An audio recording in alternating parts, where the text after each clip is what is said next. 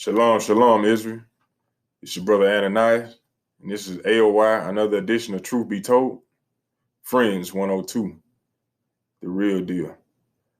Today we're going to be talking about the other half of the friendship, being able to decipher or decipher what type of friends you should have in your circle, the type of people you should be giving your time and energy to. And to find out the answer to that, we're going to jump into the Bible and go precept upon precept to see what the Most High says about friends and friendship. So by that, turn in your books to the Apocrypha, to the book of Ecclesiasticus, chapter 6, verse 7, and it reads, "If thou wouldest get a friend, prove him first, and be not hasty to credit him." What does that mean? If thou was to get a friend, prove him first, and be not hasty, meaning quick to credit him. Just, a lot of Israel and a lot of kids, to be exact, like to be quick to credit somebody to be a friend. Just because they speak and they say hello, or just because they know their name, they consider that person to be a friend. But no, that's not the case. You have to prove that friend first. Prove that friend, whether it be somebody that it's no different than trying to prove a husband or a wife. Is that person really worth me putting in my time and energy to deal with for the rest of my life? You have to prove that person first. In 1 Thessalonians 5, it tells you to prove all things. So when dealing with a friend, you definitely got to prove a friend, because friendship goes a long way.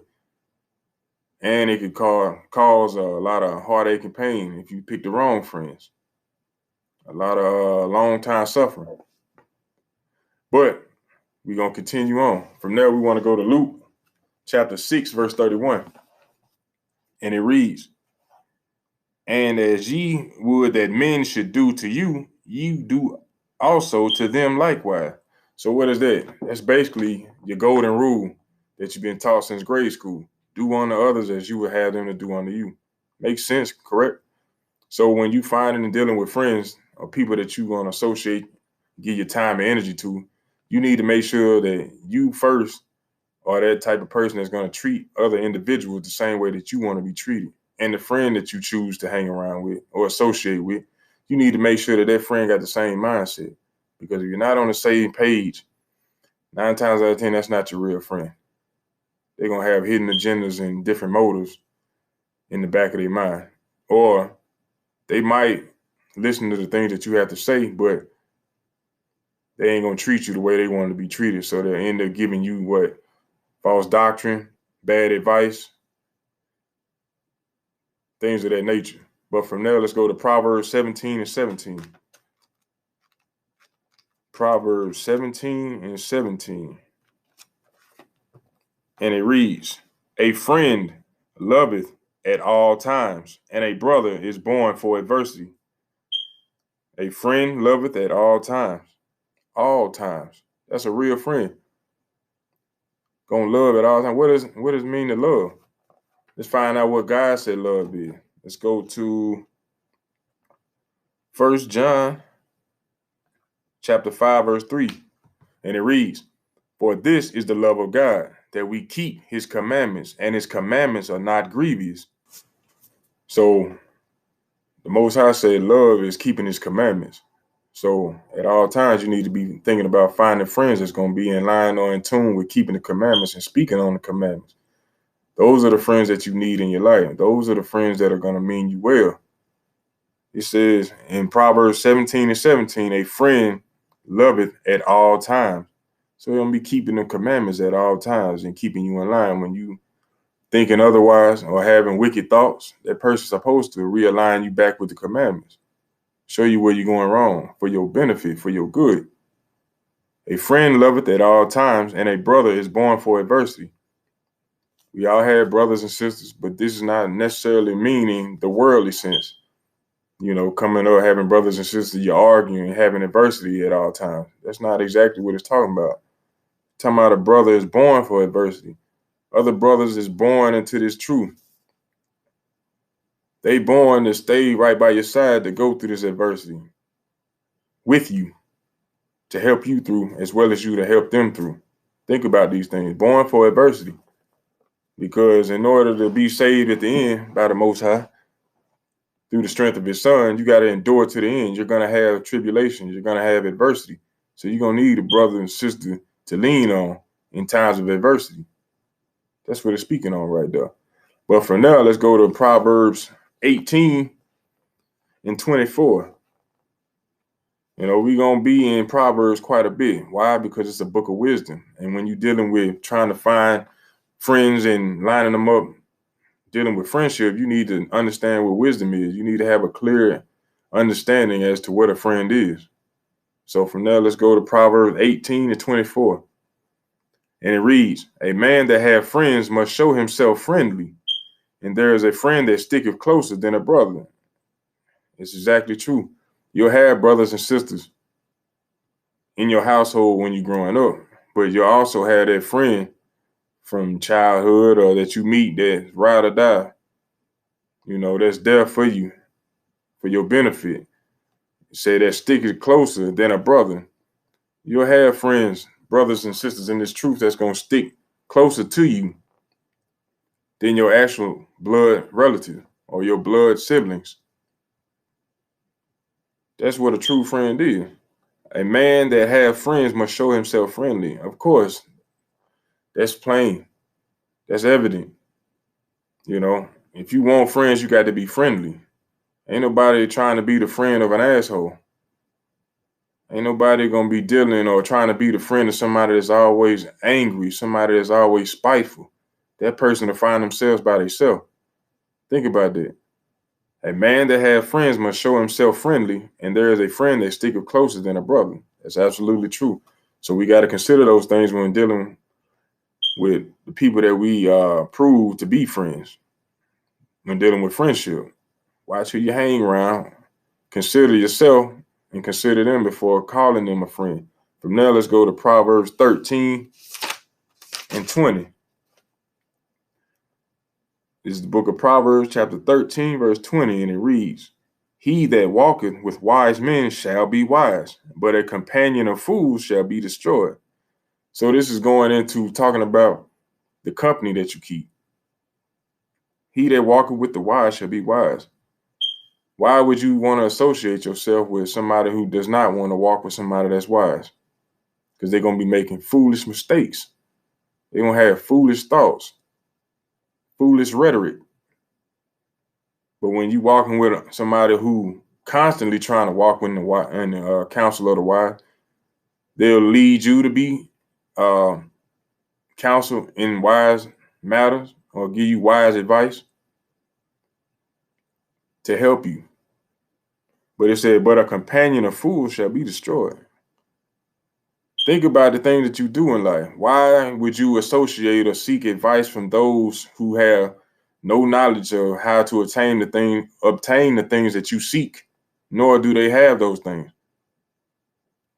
Why would you seek the counsel of someone who has been married and can't sustain a marriage, been married several times? How can they tell you about marriage besides the bad thing? Because they don't know how to maintain it. Why would you seek someone for personal gain when they have nothing?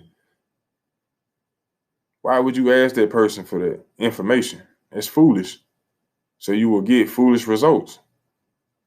You know, why go ask somebody how to build a house that's never built a house? Think it's that simple. Why are you asking a person that never built a house what it takes? What is it and what is required in order to build a house? If they've never went through that process of having a house built or never done it physically, putting it together, that hammer to the nail, why are you asking them? That's foolish. But a companion of fools shall be destroyed. Because they're going to keep you in sin, telling you foolish things. Oh, you don't have to keep the laws of God. They're done away with. And when your life start going in the shambles, you'll understand why. Because you being a companion of a fool, and you're going to be destroyed. Think about these things. Walk with the wise and be wise. Walk with a fool and be foolish. It's that simple. But from now, let's go to Proverbs 27 and 17. And it reads, iron sharpen iron, so a man sharpeneth the countenance of his friend. So the friend that you choose to be, or the friend that you choose to look for, it should be a friend that you should be sharpening each other's skill set. Sharpening this person's mindset at all times, every time they come around you, or every time you come around them, you should be sharpening each other. Iron sharpens iron, making each other better. It shouldn't be the same old, year in, year out, same old talk, same old foolish thoughts. You should be uplifting each other, building each other up, sharpening each other's skill set, whether it be in relationships, job, money, fitness, vacations, whatever the case may be. You should be uplifting each other, sharpening each other's skill set. But in Israel, the so-called blacks, Hispanics, and Native Indian, we fail to do that. And you can look around and it's a wise saying that we can't get along, we can't work together, we don't trust each other. It shouldn't be that way amongst our nation. The Most High chose us to be a special people, separate. But we are anything but that at the time. We trust in the enemy more than we trust in ourselves. Think about how that sounds. We ready to kill each other at the drop of a dime, the scuff of a shoe, because we can't get in line to get the chicken sandwich from Popeye. We ready to kill each other. Yet and still you will forgive the other nations of the things that the atrocities that they've done to your people throughout history, and say, oh, no, they're not like that anymore. You're willing to forgive the history of the enemy, but you won't forget or forgive your brother or work with them or trust in them as a people. You'll turn your back on your own people. Think about these things. But you're supposed to be sharpening each other's skill set, iron sharpen iron. It's that simple. Let's go to 1 Thessalonians 5 and 11. 1 Thessalonians 5 and 11. And it reads, wherefore, comfort yourselves together and edify one another, even as also ye do. Same principle, different words. When you're around each other, around that friend or the friend that you choose to give your time and energy to, you should be edifying each other, meaning educating each other, building each other up. Otherwise, what's the purpose? Just to come around this person just to laugh and giggle? For that person to add fuel to the fire during the bad times that you're going through, the ups and downs, instead of giving you the answer that you need, godly counsel, they're giving you foolishness, folly, madness, envy, hate, strife. That's not going to benefit you in no shape, form, or fashion. We need to think about these things. From there, let's go to back to Proverbs chapter 22, verse 24. Proverbs 22, verse 24. And it reads, make no friendship with an angry man, and with a furious man thou shalt not go. I had to learn this. It took some years, but I never heard that before. But now I truly understand it. It said, make no friendship with an angry man. Why? Because they're going to make foolish mistakes because they deal in emotion. That's a female trait. And men should not deal that way. Say, make no friendship with an angry man. Why? They're going to have you in a situation that you ain't supposed to be in because they can't control themselves. Ready to fight, ready to make a scene at all times. Rather than think before they speak or act, they just react off of their emotions like a female. And with a furious man, thou shalt not go. Why am I going to go with a person that's always angry, ready to snap at any given moment. That's a ticking time bomb, ready to explode. And anybody with sense know that when you in the vicinity or the perimeter of a bomb that's ready to explode, you're going to get hit as well. It ain't about being scared or none of that. It's about being in the presence of a fool that's ready to explode at any given moment. They can't control itself, nor its spirit. So that person will have you in situations that's dangerous to you, your family, and those whom you deem loved or that you care about, because they don't want to listen, ready to explode, dealing off emotion. It can be man or female. Always ready to explode at the drop of a dime. Those are the people you don't want to hang around or give your energy to. Nothing good is going to come out of it. Think about it. It makes perfect sense. But from there, let's go to Ecclesiastes chapter 4, verse 9.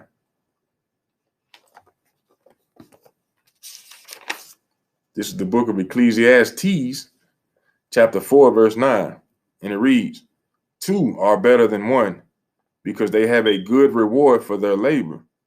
For if they fall, the one will lift up his fellow, but woe to him that is alone when he falleth, for he have not another to help him up. Again, if 2 lie together, then they have heat. But how can one be warm alone? And if one prevail against him, 2 shall withstand him, and a threefold cord is not quickly broken. What is that saying? It's a lot of information right there, but it's all relevant to what we're talking about. Says 2 are better than 1. Of course, 2 heads are better than 1. You'll hear that in the world. Where do you think they got it from, though? Straight out of the scriptures. 2 are better than 1. It's always better to have 2 people or 2 heads thinking on a project or an idea. You get more than one perspective, more than one way of thinking about something, because they have a good reward for their labor. When 2 put in work, you get the job done faster, more efficiently, more effectively. For if they fall, the one will lift up his fellow, but woe unto him that is alone when he falleth, for he have not another to help him up. That's why you need brothers and sisters that's in the truth, that's keeping the commandments, showing that love all day, that loveth at all times. Because when you fall, when you make a mistake, when you break that commandment, you got the other brothers and sisters there to show you where you're going wrong and to guide you back to the right path, get you back in line with the Most High, show you where you went wrong and how you're supposed to correct it when dealing with it the next time. That's what it means right there. One fall, the other one there to pick them up, whether it be financially, spiritually, mentally, all these different things. Dealing with the world, dealing with your family.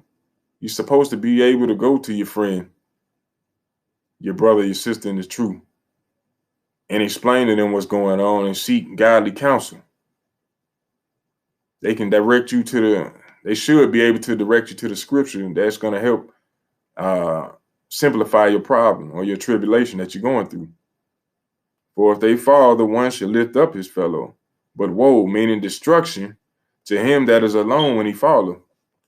Of course, because you fall out the truth, or before you were even in the truth, when you're doing things and you fall, it's hard to get back in line on your own. Nobody does anything on their own. So you fall, it's hard to get back on your feet by yourself. Think about these things. It said again, if 2 lie together, then they have heat, but how can one be warm alone? Same principle.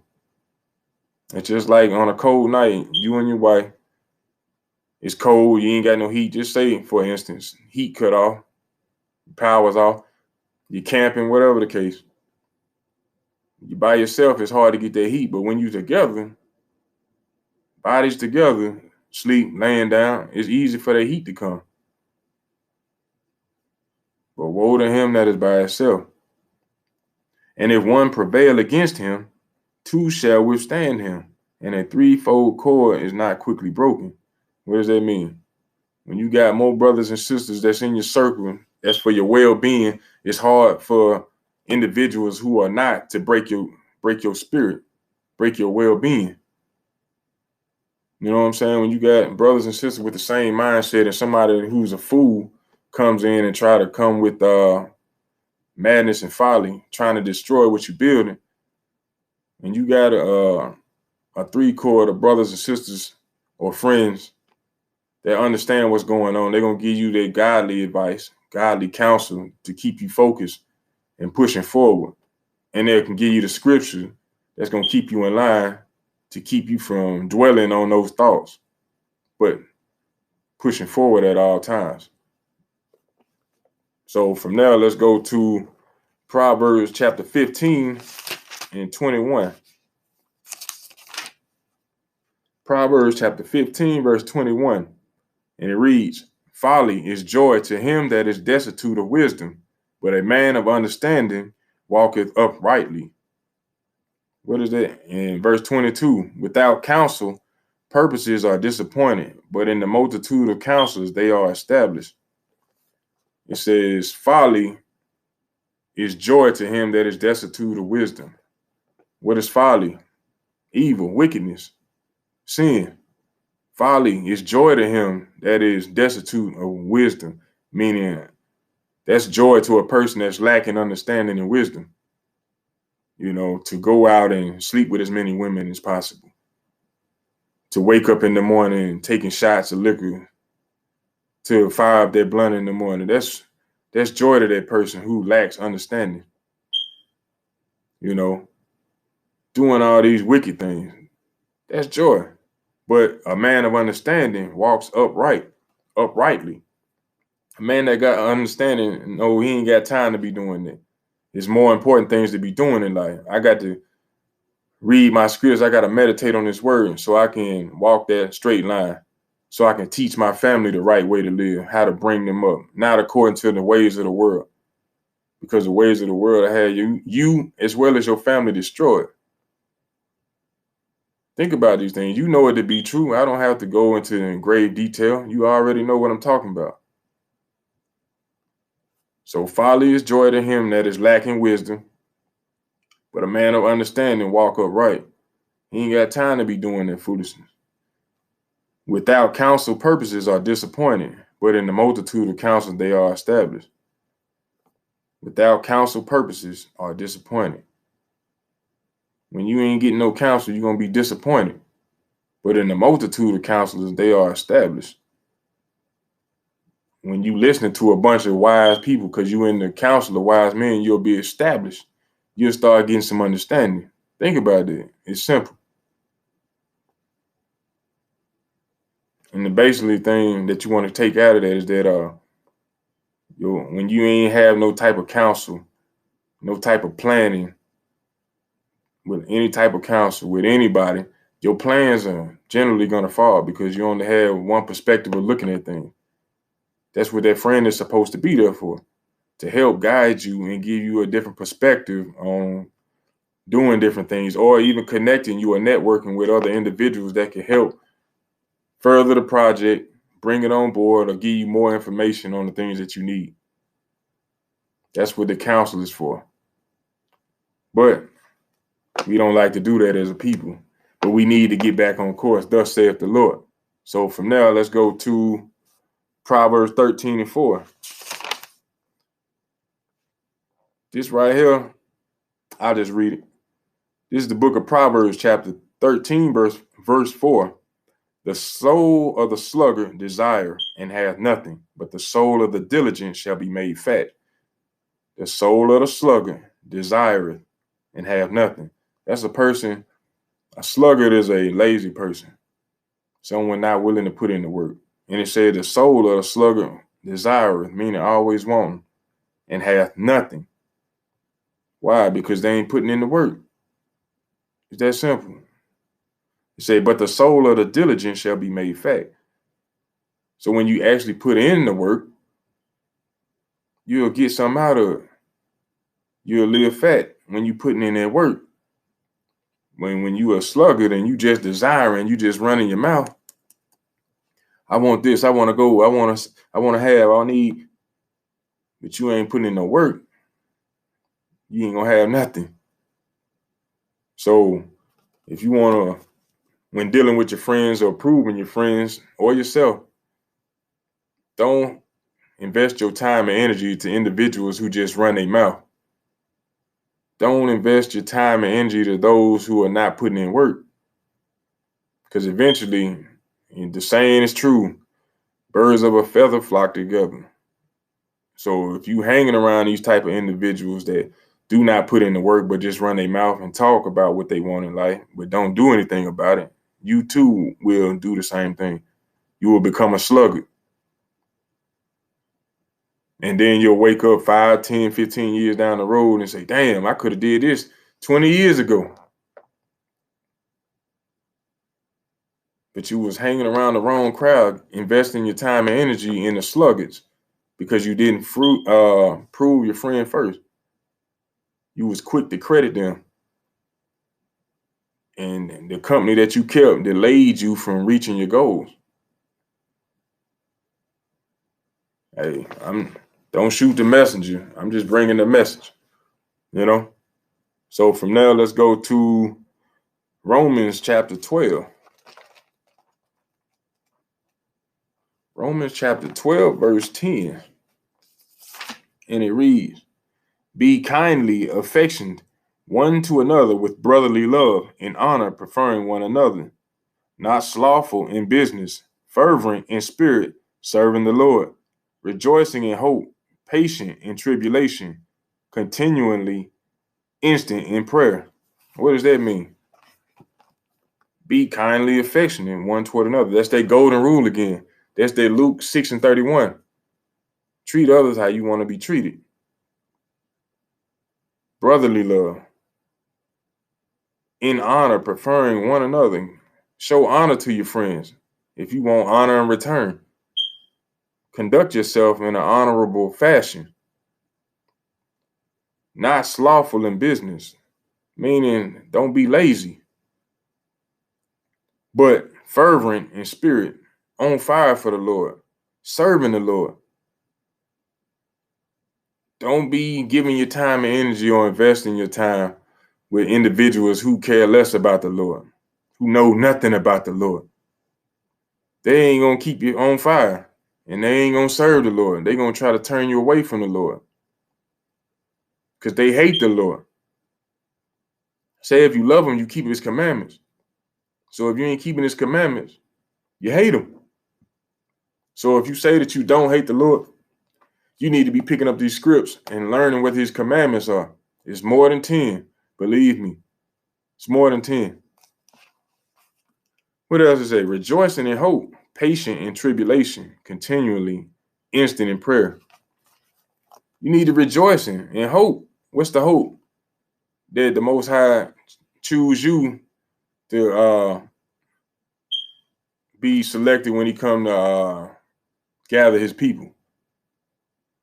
Patient in tribulation. You know you're going to have ups and downs in life, but you got to be patient in that thing. Instant in prayer.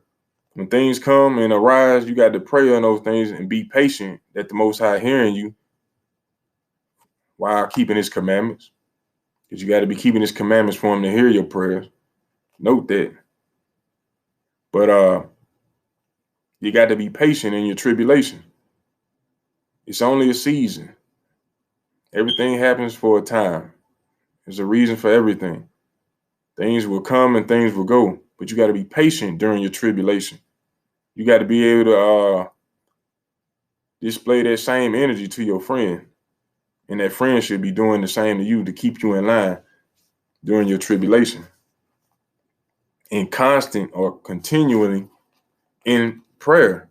You got to be praying at least 3 times a day, at least. Because you've been trying to do it your way for so long. And obviously it's not working. Hey, like I said before, I'm just a messenger. From there, let's go to Hebrews chapter 10. Hebrews chapter 10, verse 24. Hebrews chapter 10, verse 24, and it reads, and let us consider one another to provoke unto love. You already know what love is, keeping the commandments, and to do good works, not forsaking the assembling of ourselves together, as the manner of some is, but exhorting one another, and so much the more as ye see the day approaching. So what is it saying right here? With that friend, you should be provoking nothing but love and good works. Provoking your friend, and likewise to be keeping the commandments and putting in work for the kingdom, putting in that brick to help restore and build up the nation of Israel. That's what you should be doing. Exhorting each other when your friend or your brother doing well, striving to become better day in and day out. You should be building them up. You know, those are the type of friends you need. Those are the type of friends I want. Those are the friends that I have. You know, it's going to give me the truth regardless. Who going to keep me fervent in the spirit, on fire for the Lord? That's all we talk about. And life is moving forward, moving faster and faster. As we strive and build each other up, we're able to go and help others. That's the whole purpose. It's not about I, but that's what the world today preaches and shows us day in and day out. Be about yourself, the universe, I, the energy. It's not about that. What about your people? You can get all the positive rays you want to from the rock around your neck or rocks around your house or the incense that you burn, but what is that doing for your people? When your people don't know how to conduct themselves, they don't know how to work together, they don't know how to trust each other. You should be building each other up day in and day out, exhorting one another, and so much more. You know, you might not have the talent that their other brother or sister had, but you should be exhorting them to bring it out of them, to bring forth their good works. That's what it's talking about right there. That's what we got to get back to, Israel. Building each other up, iron sharpening iron, day in and day out. Stop wasting your time just trying to live for yourself. That's what got us in this mess now. But we should be honoring each other and keeping the zeal for the Lord. Bottom line. Let's go to Colossians. Colossians chapter 3, verse 12. And it reads, put on therefore as the elect of God, the elect are the Israelites, the chosen, holy and beloved, bowels of mercy, kindness, humbleness of mind, meekness, long-suffering, forbearing one another and forgiving one another. If any man have a quarrel against any, even as Christ forgave you, so also do ye. What is that saying right there? As the elect of God, as an Israelite, you should be having mercy and kindness and humbleness in your mind and heart. Same thing. Long-suffering, forgiving one another. We have a problem with that in Israel. We don't want to forgive, but we'll forgive the other nations for their wrongdoings. Think about how foolish that is. A nation of people that had you in slavery, had your people in slavery, you forgive them. They used to hang you in trees, run in your house and set it on fire, burn crosses in your yard. How you building up the Great Wall of China, building up the pyramids in Egypt, building up every great captivity that we were in. Every great nation had Israelites in captivity. We forgive them, but we can't forgive our own. The Most High is telling us right here, you're supposed to be forgiving of one another. If you got a quarrel against the other one, speak to him on it. Not yelling, fighting, gripe, arguing. Speak to him as an adult. Open your mouth, give supplication, admit where you went wrong or where that person went wrong. Handle their business. And if they don't want to listen, bring another that'll be with you. to be a witness. It's that simple. But from there, let's go to Matthew 18 and 20. Book of Matthew, chapter 18 and 20. And it reads, "For where 2 or 3 are gathered together in my name, there am I in the midst of them." So you got to understand that as well. For those who trust in the Lord, who love the Lord, you should be having friends who trust in the Lord and love the Lord, meaning keeping his commandments. And when y'all are gathered and talking, you are there in his name. That's church. That's church right there, the body. It's not going to church. You're going to a building. You're not going to church. You're going to a building. The church is the body of people. Remember that. You're not going to church. You're going to a building. And where Christ and them went back in the day, it was called a synagogue, a temple, a building. Not going to church. So get that out your mindset. Relearn the Bible according to what's written in it. But it says, "For where 2 or 3 are gathered together in my name, there am I in the midst of them." Find you godly friends. Point blank, period. Tell your children the same thing. From now, go to Galatians chapter 6, verse 2. And it reads, "Bear ye one another's burdens, and so fulfill the law of Christ." Bear ye one another's burdens. That's the same thing we've been talking about the whole time. You're going to have friends, or you're going to have to be that friend that helps to help the other go through their burdens, through their problems, their trials and tribulations. And so fulfill the law of Christ. What's the law of Christ? To keep his father's law. Keep the law, statutes, and commandments. The dietary law, the dress code, the ceremonial laws, the high holy days. All these different things. You know? There's nothing wrong with that. Let's go back to Proverbs, though. Proverbs 16 and 28. Bear with me. Proverbs 16 and 28. "A froward man soweth strife, and a whisperer separateth chief friends." What is they getting into? A gossiper, somebody who be running their mouth all the time. You tell them one thing, that person running to that person and tell them. It say, "And a whisperer separate chief friends." A gossiper gonna separate the friends. Y'all thought y'all was in a close-knit circle.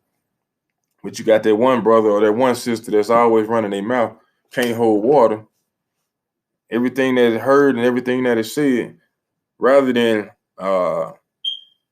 put the clamps on it or cut it off when it's being heard or spoken, they'll sit there and listen and then run to the other individual and spread that gossip and create strife amongst the friends or the family. Think about these things. I'll read it again. Book of Proverbs, chapter 16, verse 28. "A froward man soweth strife, and a whisperer separate chief friends." That's an instigator. If you ain't, for those in the world still, or for other terms, that's an instigator. Somebody that's always trying to get something started. They take what you say and run it to somebody else, or make up something about this person and tell that person to sow a strife. And a whisperer, a gossiper, separate chief friends. Always running their mouth about something, whether it be true or not. It's a time and a place for everything. And if we just need to consider these type of friends, or consider our own actions. If we consider ourselves to be a friend, we shouldn't be running each other's business back and forth, whether it be pillow talk or not. Think about these things. Let's go to 2 Kings chapter 2 and 2. 2 Kings chapter 2, verse 2. And Elijah said unto Elisha, tarry here, I pray thee, for the Lord hath sent me to Bethel. And Elisha said unto him, as the Lord liveth, and as thy soul liveth, I will not leave thee. So they went down to Bethel. What is that saying right there? A true friend ain't gonna leave you. A real friend ain't gonna leave you hanging, regardless of what you got going on. You up, you down. True friend ain't gonna leave you. That's what you need in your life. Real friends that's gonna stick with you and to you through the thick and thin. You don't need individuals that's just gonna be there for the what they call it, for the glitz and glamour. There for the ride. And when things hit the fan, they gone. You don't need them type friends. Let's go to Job 2 and 11. Job 2 and 11. And it reads, now when Job's 3 friends heard of all this evil that was come upon him. So for those who are not familiar with the story of Job, the first 2 chapters begin with Satan trying to get Job to curse the Most High. First chapter, he took away his kids, all the animals, all the wealth that he had. But Job stayed strong, stayed fervent for the Lord. Chapter 2, Satan came at him again. He hit him with boils all over him where you couldn't even recognize him. Head to toe. Came at him through the wife, trying to, hey, why don't you just curse yourself and die? Job was like, man, how can I accept the good without the bad? His friends come along. This is Job 2 and 11. Now when Job's 3 friends heard of all this evil that had come upon him, they came every one from his own place. Eliphaz the Temanite, and Bildad the Shushite, and Zophar the Naamathite, for they had made an appointment together to come to mourn with him and to comfort him. See, these are friends, real friends, that regardless of what they got going on, they heard about what's going on with their friend. And they set an appointment together to come over to comfort the brother, to mourn with him for the different atrocities that he went through. You need friends like that. You need to be the friend that does that. Don't be thinking about yourself all the time. A real friend gonna stick through the thick and thin. That's all I want to, bring out. I'm gonna go back to Proverbs, just so I can end it. Proverbs. Bear with me. Let me look.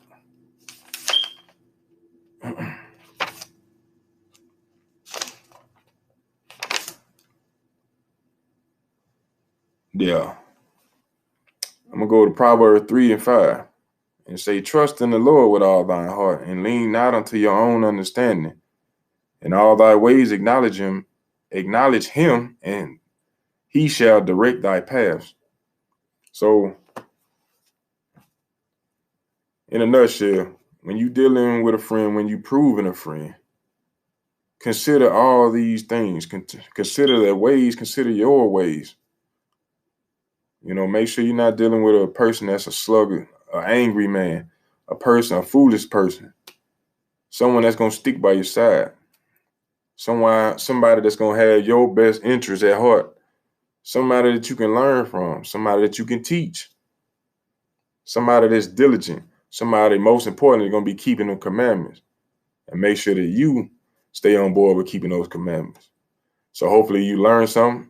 This is another A.O.I edition of Truth Be Told, Friends 102, and I'm your brother Ananias, and I say shalom.